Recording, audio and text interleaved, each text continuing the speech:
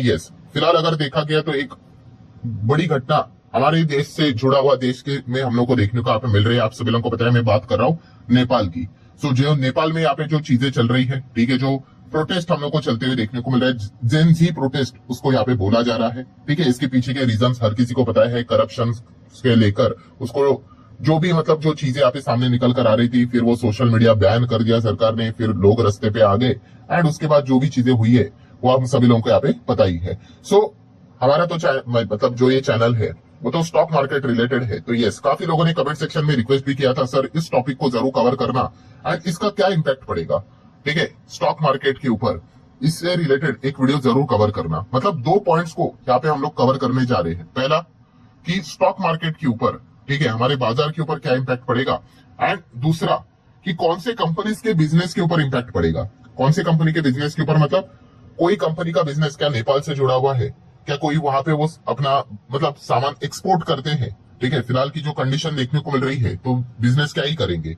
सो उसी से रिलेटेड बातचीत इस वीडियो में यहाँ पे होने वाली है। तो स्टार्ट करते हैं सबसे पहले इंपॉर्टेंट चीज के साथ कि भाई हमारा जो नेपाल के साथ रिश्ता है बिजनेस लेवल पे, बिजनेस लेवल मतलब इंपोर्ट एक्सपोर्ट कितना चलता है, ठीक है, वो पहले जानने की कोशिश करते हैं। तो आपको पहले सवाल का जवाब मिलेगा कि क्या इसका इंपैक्ट हमारे ओवरऑल मार्केट के ऊपर पॉजिटिव पड़ेगा या फिर नेगेटिव पड़ेगा।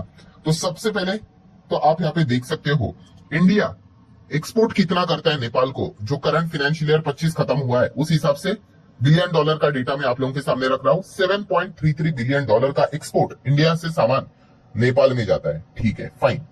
नेपाल से कितना आता है जिसको हम लोग क्या बोलते हैं इंपोर्ट, तो इंडिया इंपोर्ट करता है from Nepal only 1.2 billion dollar. मतलब अगर हम यहाँ पे चेक करेंगे तो टोटल बिजनेस कितना होता है, टोटल बायलैटरल ट्रेड होता है 8.54 बिलियन डॉलर का, बट हमारा एक्सपोर्ट ज्यादा है और इंपोर्ट कम है। तो हमारे लिए अच्छी बात है, मतलब हम ट्रेड सरप्लस में कितना 6.13 बिलियन डॉलर। तो ये अच्छा डेटा जरूर देखने को यहाँ पे मिल रहा है, बट 6.13 बिलियन डॉलर मतलब कितना होता है, ठीक ठाक ही डेटा हम लोग को देखने को यहाँ पे मिल जाता है। सो इतना तो हम यहाँ पे कह सकते हैं दोस्तों कि नेपाल में हम लोग ज्यादा सामान एक्सपोर्ट करते हैं और इंपोर्ट यहाँ पे कम करवाते हैं। सो कंक्लूजन के फॉर्म में अगर मैं बात कर लूं तो क्या निफ्टी के ऊपर क्या बहुत बड़ा इंपैक्ट पड़ेगा जो ये चीजें यहाँ पे चल रही इस चीज के चलते, तो ना के बराबर आप ऐसा भी यहाँ पे कह सकते हो।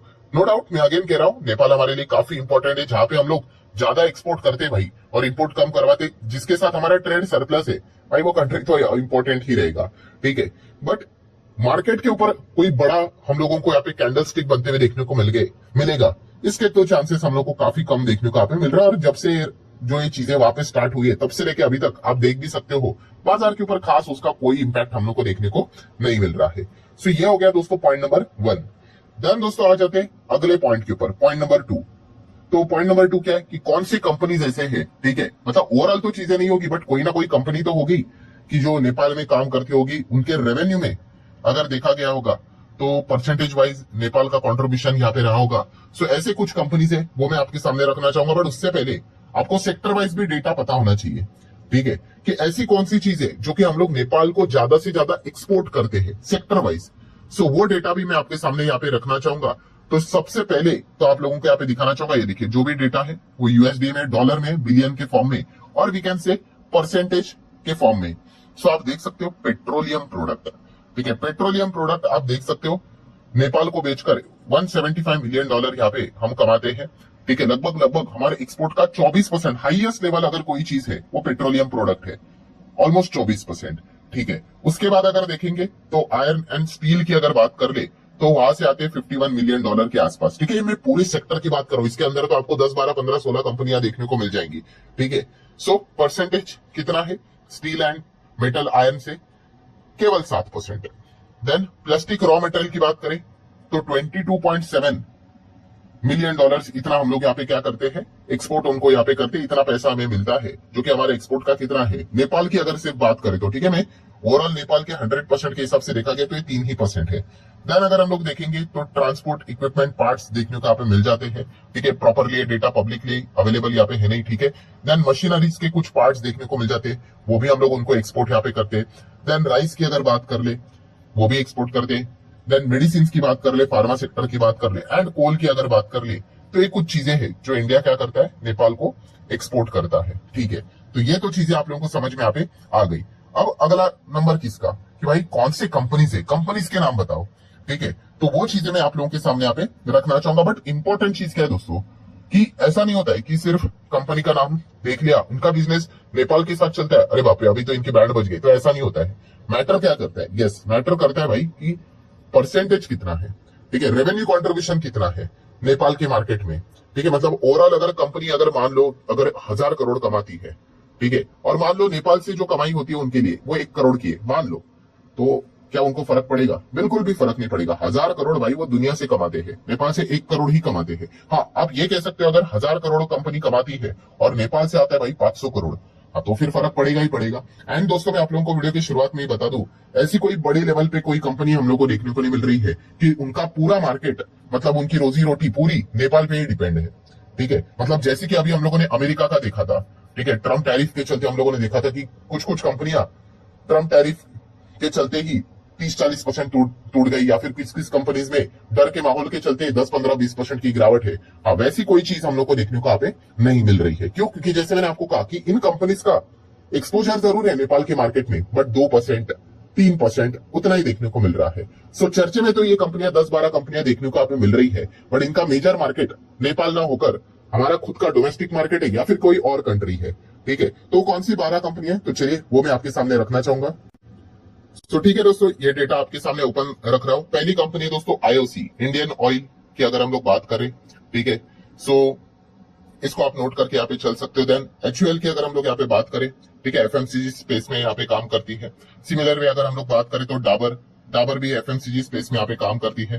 देन आईटीसी की अगर हम लोग बात कर लें, ठीक है, तो ये भी अपना सामान क्या करते हैं, नेपाल को एक्सपोर्ट करते हुए देखने को मिल जाते हैं। सो नेक्स्ट अगर हम लोग बात करेंगे दोस्तों तो मैरिको, यस मैरिको की भी अगर बात कर ले, ये भी एफएमसीजी स्पेस में ही हम लोग को देखने को मिल जाती है। देन वरुण बेवरेजेस की बात करें तो यस वरुण बेवरेजेस भी अगर हम लोग यहाँ पे देखेंगे, ठीक है, तो नेपाल में अपना बिजनेस करते हुए देखने को यहाँ पे मिल जाता है।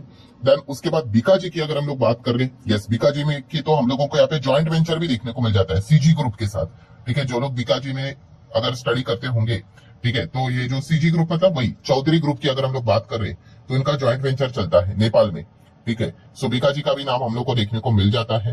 देन स्टील मेटल्स की जैसे मैंने आप लोगों को बात की थी, ठीक है, उसमें टाटा स्टील देखने को मिल जाता है, जेएसडब्ल्यू स्टील देखने को मिल जाता है, ठीक है, जो नेपाल में अपने स्टील को एक्सपोर्ट करते हैं। देन बजाज ऑटो की अगर हम लोग बात करें, इनका नाम देखने को मिल जाता है। हीरो मोटोकॉर्प की अगर बात कर ले तो ये भी देखने को मिल जाता है। टाटा मोटर की भी अगर बात कर ले तो इनका नाम भी हम लोग को देखने को यहाँ पे मिल जाता है। तो ये कुछ कंपनीज है दोस्तों, जैसे मैंने आप लोगों को बताया कि ये क्या करते हैं, अपने सामान को नेपाल में एक्सपोर्ट करते हैं। बट जैसे मैंने आप लोगों को वीडियो की शुरुआत में क्या बताया, सबसे इंपॉर्टेंट चीज क्या है कि आपका परसेंटेज कितना है, कितना कॉन्ट्रीब्यूशन है भाई रेवेन्यू में। ठीक है, सो उस हिसाब से अगर मैं आप लोगों के सामने डेटा रख दूं तो आप यहाँ पे देख सकते हो, आईओसी की बात करें तो 1%, ठीक है, मतलब रेवेन्यू में अगर हम लोग यहाँ पे बात करें 1% के आसपास ही है। एचयूएल की बात करें तो 1% भी नहीं है। डाबर की बात करें तो आप यहाँ पे देख सकते हो, आईटीसी की बात कर सकते हो, मैरिको भी देख सकते हो, ठीक है, वरुण बेवरेजेस बीकाजी रह सकता है थोड़ा बहुत 1% के आसपास, बिकॉज वहां पे ज्वाइंट वेंचर देखने को मिल जाता है। ठीक है, देन उसी के साथ साथ बाकी कंपनीज भी अगर हम लोग देखेंगे तो स्टील कंपनियां भी आप देख सकते हो, and Bajaj auto, hero MotoCorp and Tata motor भी आप देख सकते हो।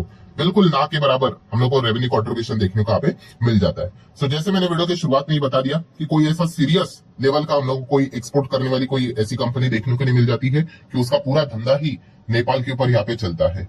ठीक है, हाँ ठीक है, नेपाल की भी जो इकोनॉमी है वो ग्रोइंग टाइप की हम लोग को देखने को यहाँ पे मिल रही है। ठीक है, एंड इसी चीज को लेकर अगर हम लोग यहाँ पे बात करें तो जैसे वीडियो की शुरुआत में मैंने आपको बताया, जो 2 चीज हम लोग स्टडी करने की कोशिश करें उसमें से पहला कौन सा कि ओवरऑल मार्केट वाइज भी अगर हम लोग बात कर रहे कोई इतना खास नेगेटिव इंपैक्ट कोई देखने को यहाँ पे नहीं मिल रहा है, एंड दूसरा कंपनी वाइज भी अगर हम लोग देखेंगे तो इतना कुछ खास नेगेटिव इंपैक्ट नहीं है। एंड जो भी चीजें यहाँ पे चल रही है वो जरूर हम कह सकते हैं एक अनुमान के हिसाब से कि ये शॉर्ट टर्म के लिए यहाँ पे रहेंगी, कुछ समय के बाद वहां पे हम लोग को शांतता भी देखने को यहाँ पे मिल जाएगी, मतलब ये एक्सपेक्टेशन यहाँ पे किया जा रहा है। सो ठीक है, जो लोग डिमांड कर रहे थे कि इसको लेकर सर एक डिटेल वीडियो बनाया जाए, तो ये वीडियो मैंने आप लोगों के सामने रखा है, तो आप चाहो तो फर्दर स्टडी इनको यहाँ पे कर सकते हो। पूरा video educational and information purpose के लिए था, ये भी नोट कर लेना। तो ये वीडियो पसंद आया होगा, चाहो तो लाइक एंड शेयर कर सकते हो। मिलते हैं अगले वीडियो।